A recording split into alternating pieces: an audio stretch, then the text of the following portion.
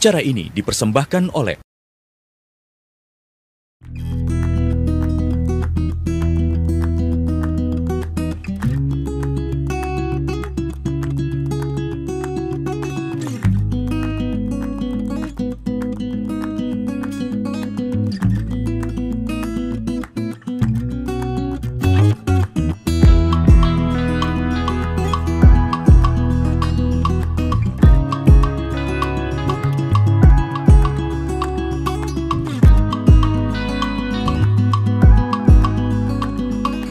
Selamat pagi pemirsa, berjumpa lagi bersama saya Kome Aprilia. Pemirsa, Surabaya selain mendapatkan prestasi sebagai kota ramah anak internasional, baru saja Surabaya juga mendapatkan penghargaan atas menurunnya angka stunting di Surabaya dari 4,8% menjadi 1,6%. Dan tidak hanya itu saja, Surabaya juga mendapatkan apresiasi karena di Surabaya, UMKM di Surabaya sudah meningkat sebanyak 30%.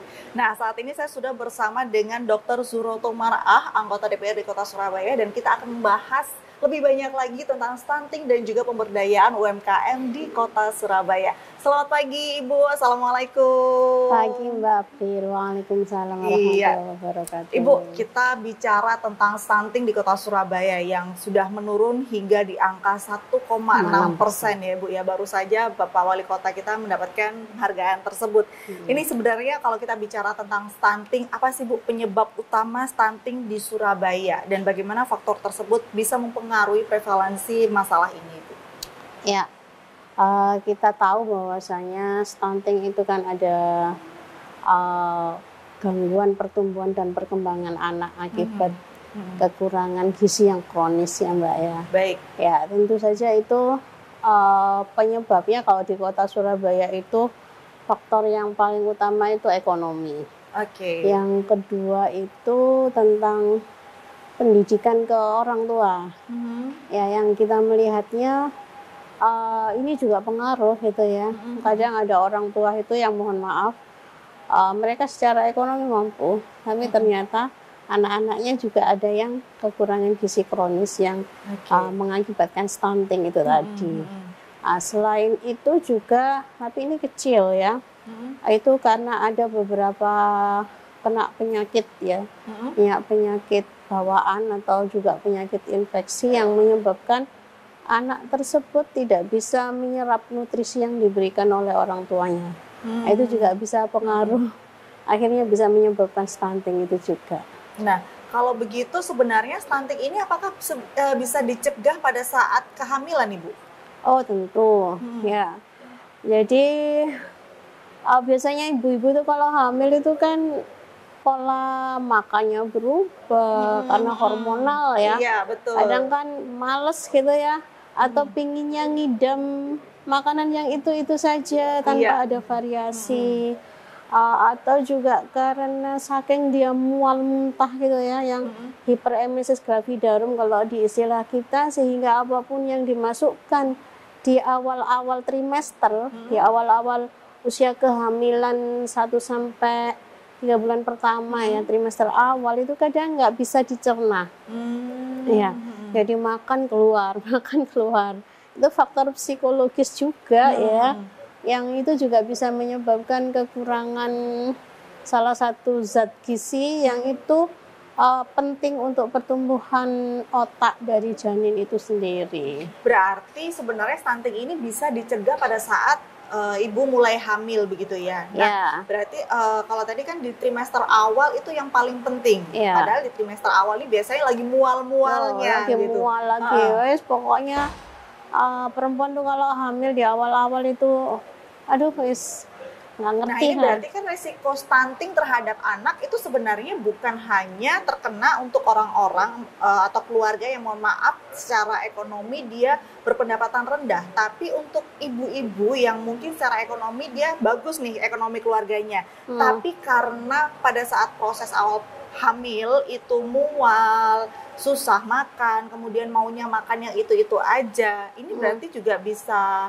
ada resiko anaknya terkena stunting begitu Bu? Bisa, manakala itu edukasi ke ibunya, calon ibu itu tadi tidak masuk gitu ya. Oh, Jadi kan oke. edukasi itu penting, jadi harus ditanamkan di dalam diri seorang wanita. Makanya kan sebelum hamil itu perempuan itu harus sehat benar gitu ya. Iya, iya, betul. Harus sehat benar, terus kemudian harus paham apa yang harus dilakukan manakala dia mual muntah. Terus kalau dia ngidam hal-hal yang seperti ini ya jangan dilanjutkan kalau itu mempengaruhi janinnya. Iya, Lah kalau betul. wanita itu hamil tapi dia sudah punya ilmu tentang bagaimana supaya anak itu sehat. Nah, insya Allah dia itu akan bisa gitu ya di dalam alam bawah sadarnya. Pokok anakku sehat. Oke. Aku kudu ini. Iya, iya, betul, Nah, betul, orang betul. Surabaya gitu ya harus wani untuk melawan apa yang dirasakan itu agar nanti bayi yang dikandungnya itu jadi sehat.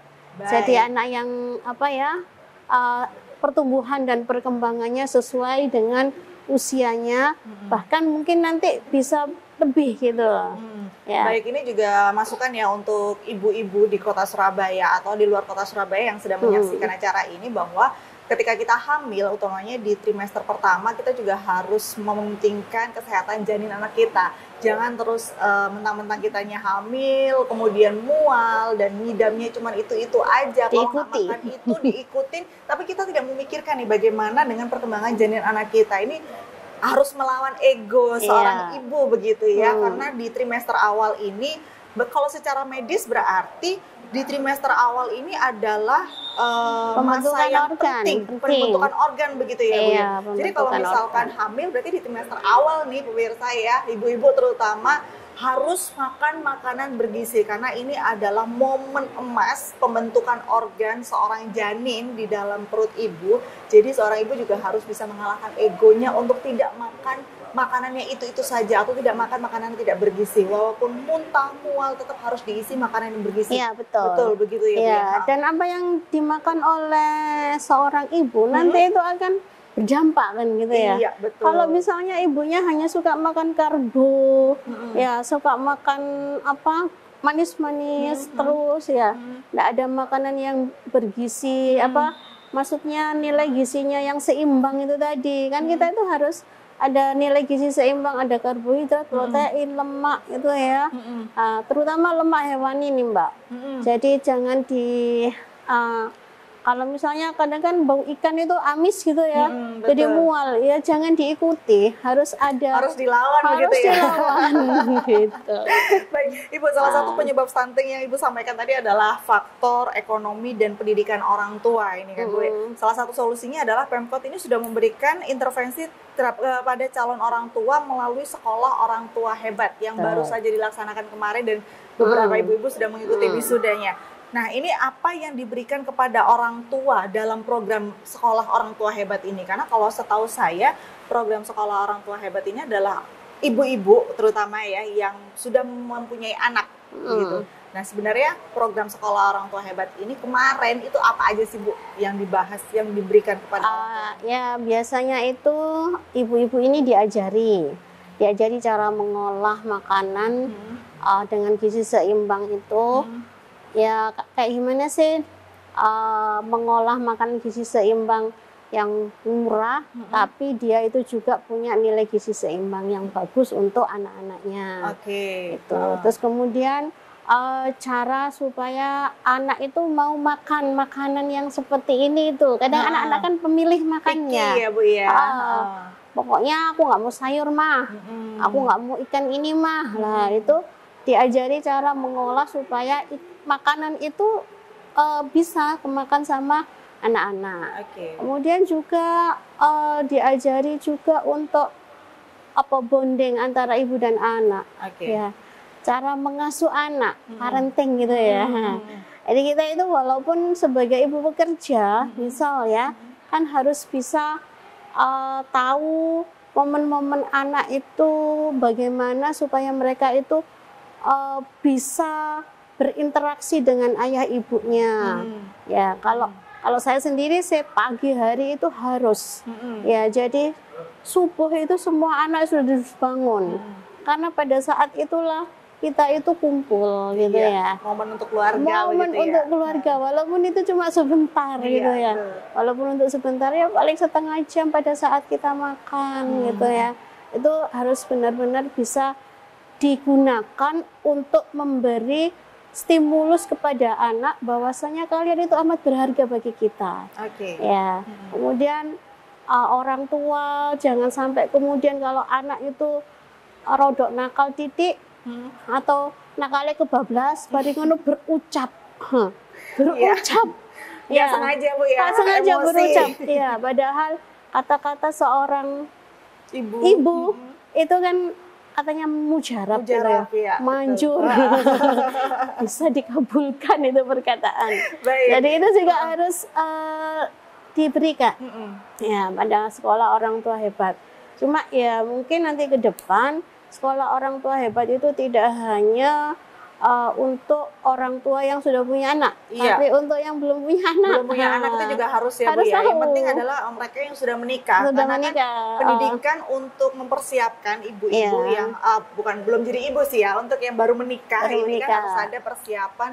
Apa sih yang harus dipersiapkan oleh Iya. seorang perempuan ketika nanti mau memiliki anak, ketika ada rencana hamil begitu. Ini Iya. mungkin juga menjadi salah satu masukan untuk pemerintah Kota Surabaya dalam sekolah orang tua hebat, bahwasanya mungkin tidak hanya yang sudah menjadi orang tua, tapi calon orang tua juga harus diberikan ilmu supaya nanti pada saat hamil ini bisa tahu, oh ternyata ketika saya hamil di trimester pertama apa sih yang harus saya lakukan, dan ini bisa menekan salah satu usaha ya Bu ya, Ya, untuk salah satu menekan usaha untuk stunting menjaga di Kota stunting. Surabaya. Untuk saat ini Ibu, sebenarnya apa langkah yang diambil oleh pemerintah Kota Surabaya untuk mengatasi stunting yang sudah terlanjur stunting, anak-anak yang sudah terlanjur stunting, apa saja Bu? Ya, pemerintah Surabaya sudah banyak melakukan intervensi ya. Jadi anak-anak yang stunting itu diberi pemulihan gizi, gitu ya. Jadi ada peer group tertentu, gitu ya, yang biasanya KSH ya, Kader Surabaya Hebat itu yang memantau anak-anak stunting di wilayahnya masing-masing, termasuk juga memberikan pendampingan kepada orang tuanya, ya. Pendampingan kepada orang tuanya agar anak ini selalu dipantau perkembangannya. Jadi ditimbang, kemudian juga makanannya itu harus dihabiskan. Saya tahu sendiri ya, KSH itu ngasih makanannya harus habis sama dikasih orang tuanya itu di dalam satu tempat gitu ya. Nah, itu didulang apa? Di apa namanya? Disuapin ya Bu ya. Ini harus habis. Ya, kadang-kadang kan ngomongnya, oh ini sudah habis, tapi ternyata yang habisin Orang tuanya.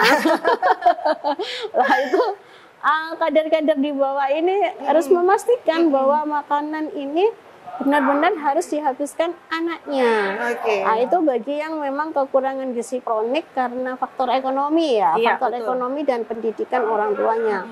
Tapi manakala itu karena penyakit tertentu ya, baik itu penyakit kongenital maupun penyakit infeksi yang lain, nah itu juga ada intervensi tim dokter ya, tim medis yang sudah.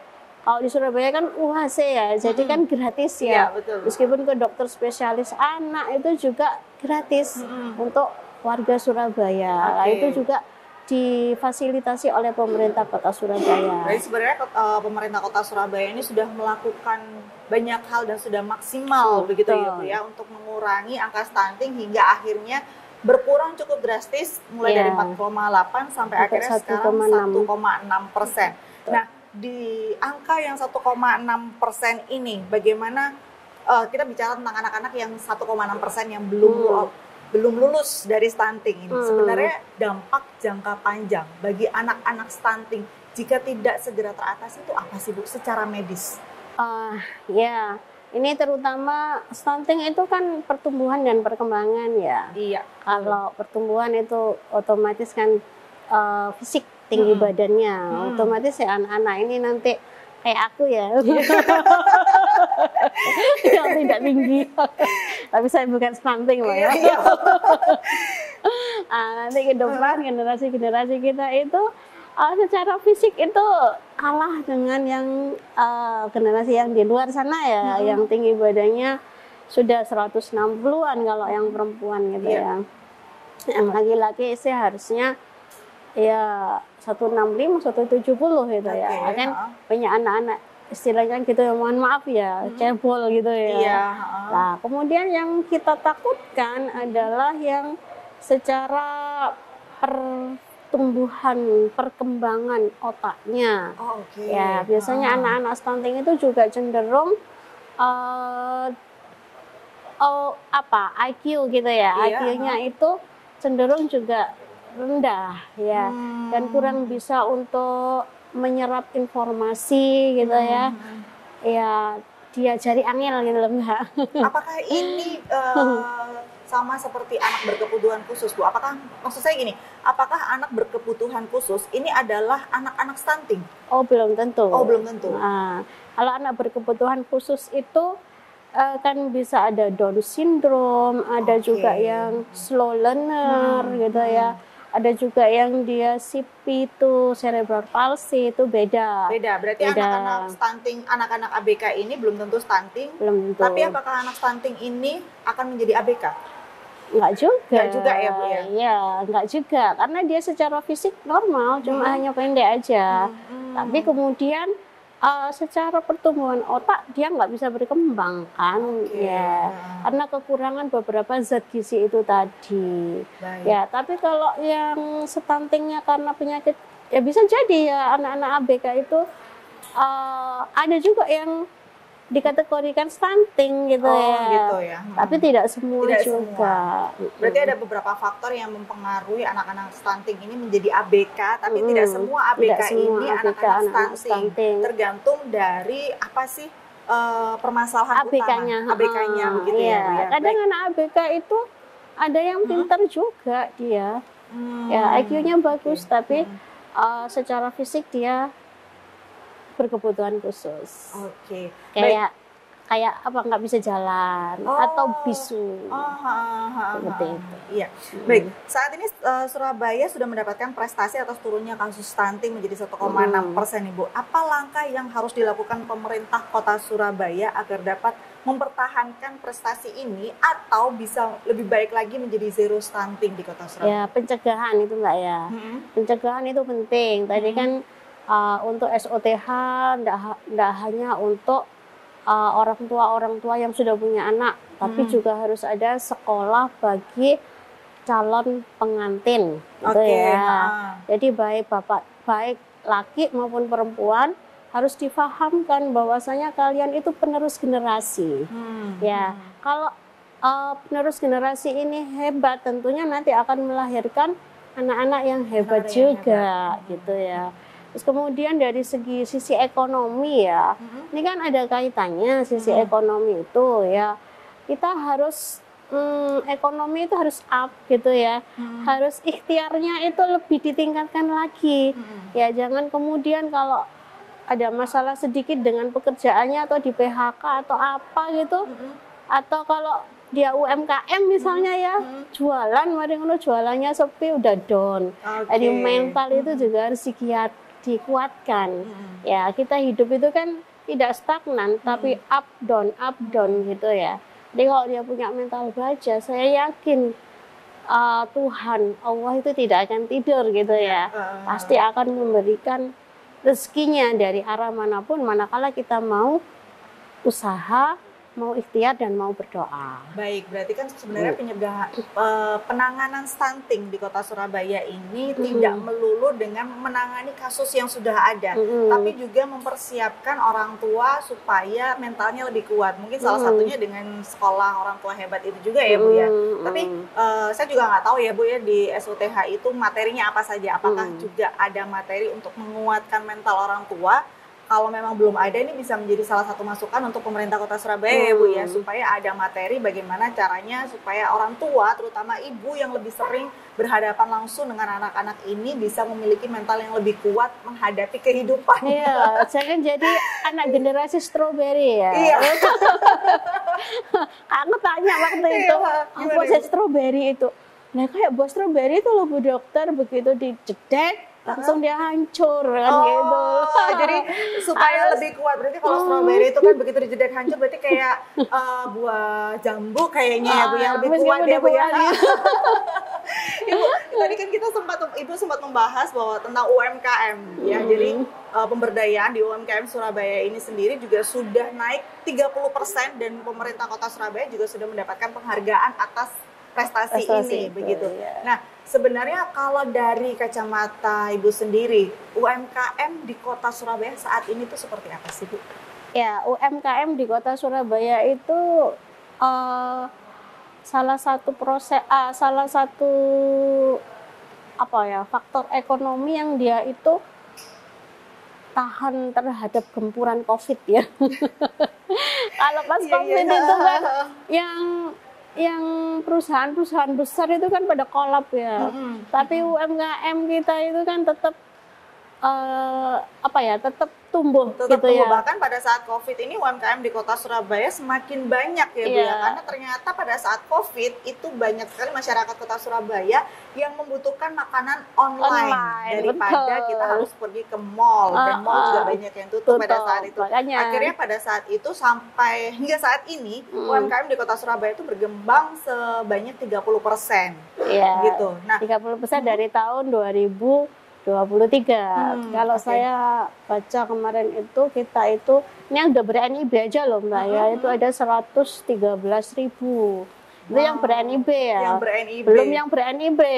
Yang nggak ada NIB-nya. Karena kadang-kadang kan kalau kita itu Mbak ngurus NIB, halah Bu Dokter ngene ae lho wis rame. Gitu. Baik. Ibu, kalau kita bicara soal UMKM di Kota Surabaya sudah banyak sekali ini Bu ya. Apakah dengan bertumbuhnya UMKM di Surabaya yang cukup pesat ini bisa meningkatkan perekonomian masyarakat di Kota Surabaya? Karena secara logika kalau semakin banyak UMKM berarti lapangan pekerjaan juga semakin banyak. Ya, memang ya. Kita itu kan harus punya jiwa wira swasta ya, punya jiwa pengusaha. Dengan banyaknya UMKM itu otomatis ya, UMKM itu kan dia mesti ada, itu 1 atau 2 atau 3 mesti kan akan mengikutkan mengikutkan keluarganya atau mengikutkan tetangganya, otomatis akan mengurangi pengangguran ya. Kita berkeinginan dalam mengurangi pengangguran itu UMKM ini harus bertumbuh dan bertumbuh. Tentu juga dengan adanya fasilitas dari pemerintah kota yang pemberian NIB gratis, kemudian ada pelatihan-pelatihan, itu bisa memperkuat UMKM yang ada di Surabaya ini semakin bertumbuh. Ya, terus kita juga pemerintah kota itu saya melihat ini saat saya jalan-jalan di salah satu mall ya, ternyata itu ada pojok UMKM ya. Jadi di setiap mall ataupun di setiap hotel-hotel itu mesti ada pojok UMKM-nya. Itu adalah salah satu cara pemerintah kota untuk mengenalkan UMKM di sektor marketingnya, gitu ya. Jadi marketing itu kan penting. Kita sudah diajari, dilatih untuk membuat produk, kemudian dikemas produk itu bagus gitu ya. Tapi kalau marketingnya nggak jalan ya nggak laku itu ya. Jadi dalam hal marketing kita pemerintah kota itu juga sudah memberikan cara tersendiri bagaimana UMKM itu bisa berkembang. Salah satunya juga ada pasar online Mbak, e-Peken. Pernah dengar Mbak ya e-Pekennya? Peken Surabaya. Oh, belum. Apa itu, Bu? E-commerce-nya Surabaya. Jadi kayak semacam Shopee. Oh, ada. Ada. Dan ini sudah disosialisasikan untuk? Oh, sudah. Berarti gimana nih, Bu? Jadi soal e-Peken ini? UMKM Surabaya itu dia bisa berlapak di e-Pekennya Kota Surabaya. Ya, jadi e-Peken itu ya kayak Shopee tuh. Jadi warga Surabaya bisa pesen UMKM itu ya lewat e-Peken. Dan itu ada bukan peraturan ya ini himbauan untuk ASN yang ada di Surabaya untuk berbelanja di e-Pekan. Oke. Di e-Pekan Kemudahan itu. apa yang ditawarkan oleh e-Pekan ini, Bu, dibandingkan dengan e-commerce yang lainnya yang sudah besar? Sebenarnya sama aja ya. Nah, kemudahannya sama aja, barang bisa diantar kan sama saja ya. Itu terus ya ada poin tersendiri ya, ada penilaian. Oh berarti karyawan ini atau ASN ini bisa membantu untuk membantu pergerakan ekonomi di Kota Surabaya. Jadi tidak membelanjakan di tempat lain, tapi juga bisa memberdayakan UMKM yang ada di Surabaya ini. Nah, berarti apakah UMKM di luar Surabaya tidak bisa berjualan di e-Pekan kalau gitu?